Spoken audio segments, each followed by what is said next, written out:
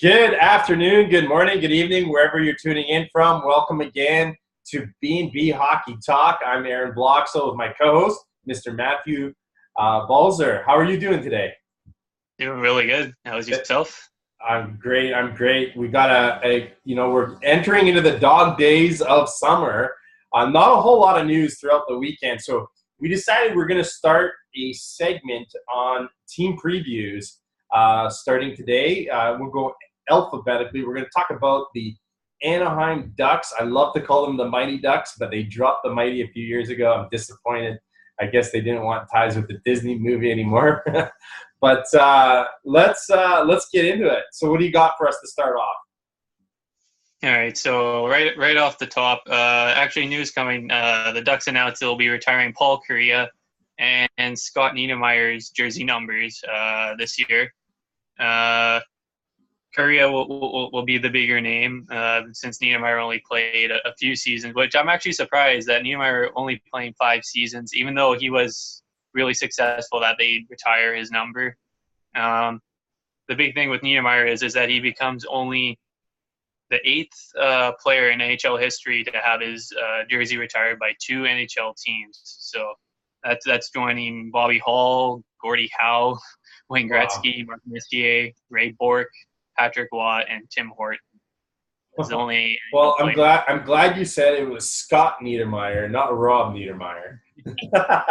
So let's that's incredible news. I know that's those are both pretty big jersey retirements. Let's talk about some of their forwards and potential forward combinations, and I'll get you to start off with that. All right. So for the forwards, they'll have their big line: Rickard Rakell, Ryan Getzlaf, and Corey Perry would be my projected top line. Rickard Rakell had a breakout season for the Ducks this year. Really exciting player, and scoring 34 goals, 69 points this past season. The second line would be Andrew Cogliano, Ryan Kessler, and Jacob Silverberg. The potential here is Kessler might miss majority or the whole season with a hip injury. So that would be a huge loss for the Ducks, even though he didn't have the best year last year when he did play. He's starting to get to that tail end of his career, and that contract that he has, oh boy, with that contract. The third line would be Nick Ritchie, Adam Henrique, and Andre Kasha. Henrique, they got over in a trade with New Jersey this past season for Sami Vatanen, and he was a really good fit with the Ducks. And if Kessler does miss any time, he can fill in that second line role. And also with Kasha, a very, very underrated season last year for the Ducks, scoring 20 goals for them. And my fourth line right now would be Brian Gibsons, who they added in free agency from New Jersey, Carter Rowney, and right now I have Patrick Eaves, but with his medical condition, he probably won't play at all next year, which I would throw then in former Vancouver Canuck, Anton Rodin, mind.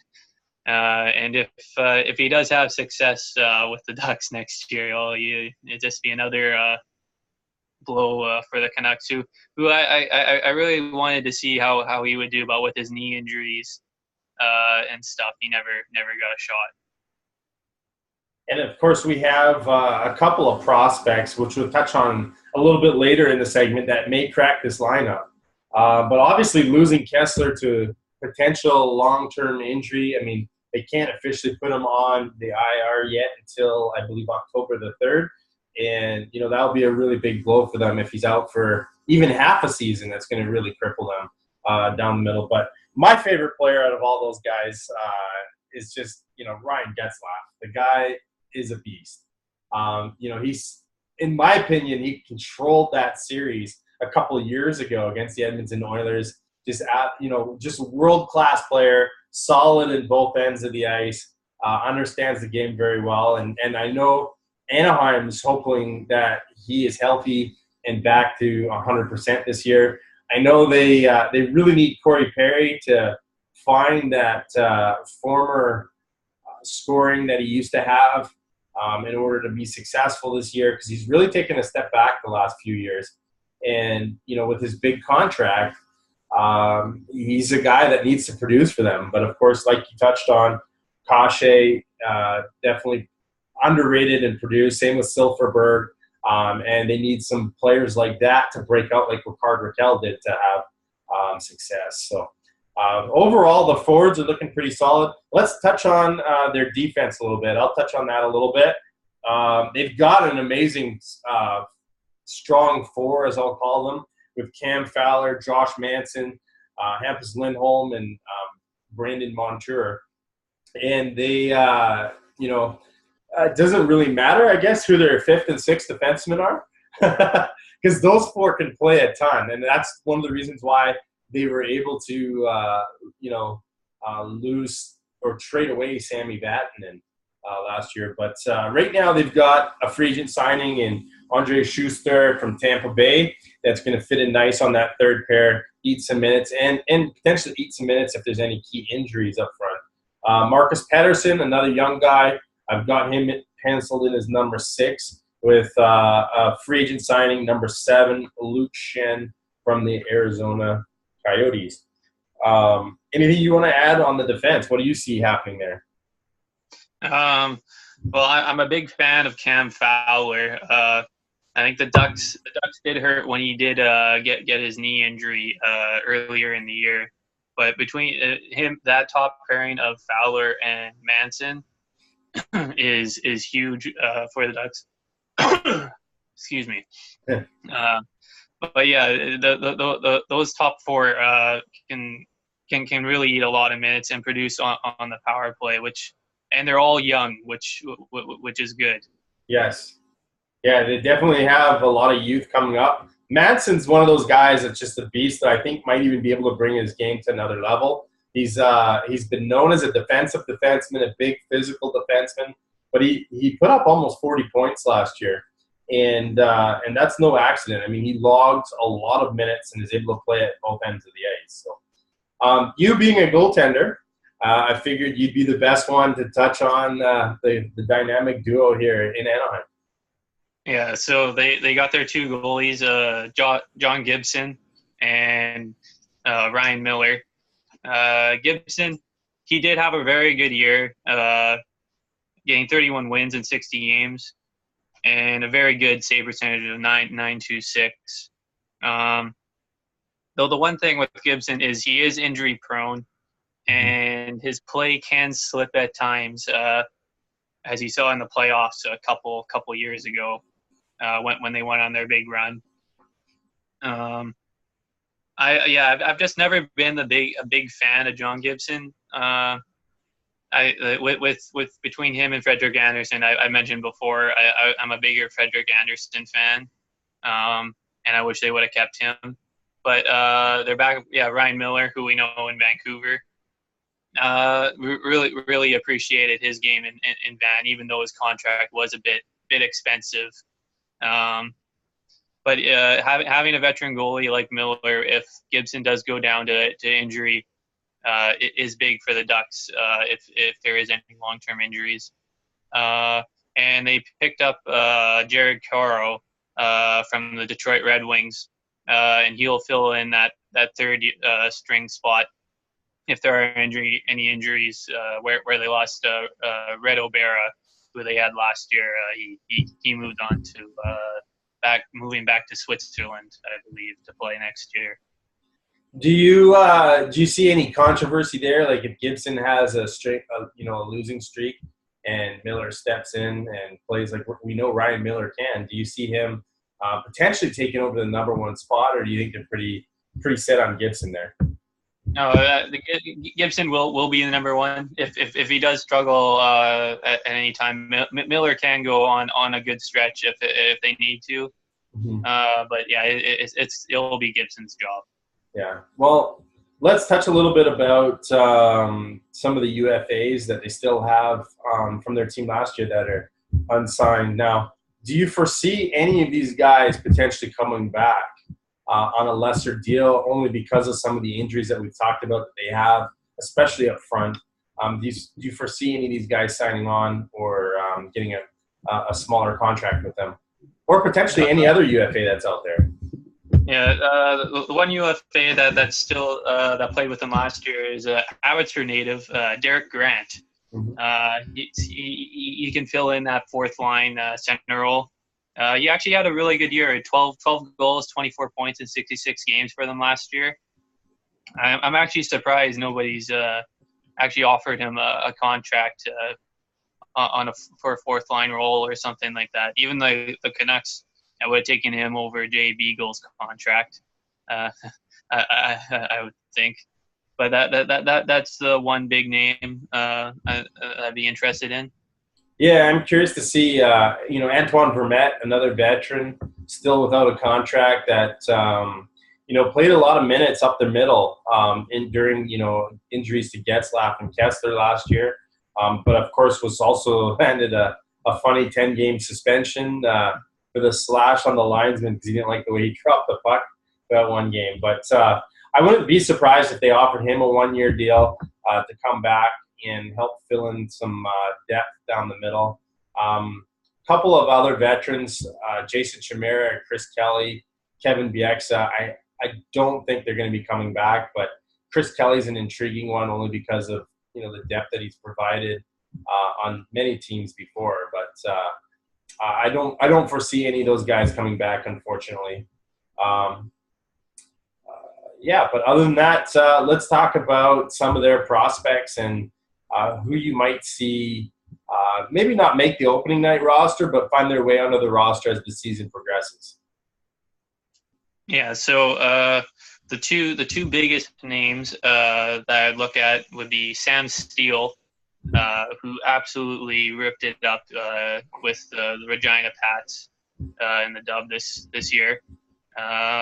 Him and Troy Terry, who they signed at the end of the year and played a couple of games out of the NCAA, would be two centers that I'd look at if Kessler is hurt and if these guys have good training camps. I would look for one of them to take that third line role.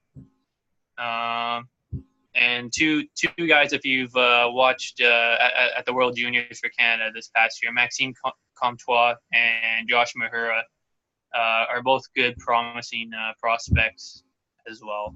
Yeah, absolutely. I got them on my list. You already touched on maybe a potential call-up for Anton Rodin. I think that is more of a depth signing, though, more for their farm team. They also made a minor trade a couple weeks ago with Winnipeg Jets picking up small but speedy forward Chase DeLeo, who some of you might know from the roller hockey ranks.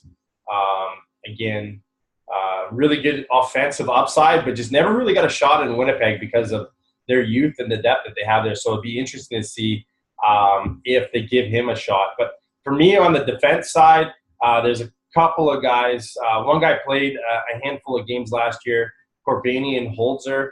I could see him potentially filling in with injuries or maybe even starting as the eighth defenseman down the road here. And then, of course, Jacob Larson, who's a high draft pick a few years ago, played for their farm team last year. I believe he has to clear waivers this year, so it'll be interesting to see if they move him or another defenseman to make room if he's ready. But the word on the street with him is he is a little bit soft and may not be quite ready yet for the NHL. So I'll be curious to see what they do. And the only other guy I have on my list as well is Jacob Magna, who played a handful of games on defense last year for the Ducks. So they definitely have some depth players, some depth pieces. Most of those guys I just mentioned, though, are probably going to be starting on their farm team. And it'll be interesting to see what they do. Anybody else stand out for you that you see? Another guy, he played a handful of games, Kevin Roy, or Waugh, depending on the pronunciation. He did get a handful of games, 25 games, and had 6 goals, 7 points. and he had a really good year in the AHL, having 37 points in 45 games. That'd be one guy if he can crack the Ducks bottom six next year. That'd be another intriguing name. And then another first overall pick for them, Max Jones. Yeah. You can sort of put him along the lines of like Nick Ritchie, big offensive guy. He was injured for basically all last year. He only played 31 games, but he had 19 goals in the OHL last year. Those would be two other names that I'd be interested in. And one guy we haven't touched on yet is their first overall draft pick from this year, Isaac Lunderstrom. I don't foresee him making the team just yet. Of course, he's going to be too young to play in the farm team. Another year junior there, or do you see him potentially surprising everyone and making a jump? I think he'd just be back in junior. He'd have to have an amazing training camp and preseason to crack the roster. Yeah, I agree. Especially since they picked him, fairly late. But let's touch on their season last year. The Anaheim Ducks finished with 101 points. Of course, they were second in their division. They made the playoffs. Unfortunately, lost to the Sharks in the first round. Do you see them relatively the same, improving, or do you see them lower this year? Where do you see them? If they do make the playoffs, I think a lot of it depends on how their big guns do this year. If Perry and Getzlaf can have, well, especially Perry can have bounce back years, I would see them battling for the bottom two wild card spots. I would say, but they're sort of in that range where you don't know which way they're going to go, up or down. Because like last year, like they did have a good year, but you wouldn't like exactly consider them like a good team. Like getting swept by the Sharks and how easily the Sharks ran over them in that first round. It shows the trouble that the Ducks could be in this coming year. But yeah, I'd have them penciled in at either the first or second wild card spot. Yeah, I actually have them not making the playoffs, and the reason being is they just seem to run into too many injuries. They're very top heavy in their salaries with Getzlaf and Perry and a few of the older guys on that team. They do though. They're one of those teams that are actually similar to the Canucks, where they're in between transitions right now. They've got a really good young core coming up, especially on that back end, like the top four that we talked about, all being fairly young players like Raquel, Cachet, Silverberg. They're still all pretty young. Enrique's even really young. And they seem to be transitioning nicely. But I just don't see them being as consistent as they were last year, although they are a really good home team. Traditionally, they seem to really bury teams through that California road trip that everybody's got to take, right? That's just it's so that's such a hard trip for most teams, especially out east now, to go through, play Los Angeles, Anaheim, and San Jose all in 4 or 5 nights. But I see them finishing roughly with about 88, 89 points. I do see them digressing by 5 or 6 wins. That's my prediction. And you see them kind of making one of the wild card spots. Yeah, sort of battling. Like I wouldn't be surprised if they miss, but they'll be battling for one of those bottom two. I'd say in sort of like that 90 point range, maybe a little higher, somewhere in there. Fantastic. Well, that's about it for today. Again, smash that like button, hit the share, comment about what you liked about today's episode. Again, we're going to do the 31 teams in 31 days here over the course of the dog days of summer, so you can get our predictions, our potential line combinations, and all the insights of all 31 NHL teams. Again, this is B&B Hockey Talk. I'm Aaron Bloxel, and this is Matthew Balzer. And thanks for joining us. Make sure you share us, like us, whether it's on Facebook or YouTube, and help support and grow our channel with us. Thank you very much, and you guys have a fantastic day.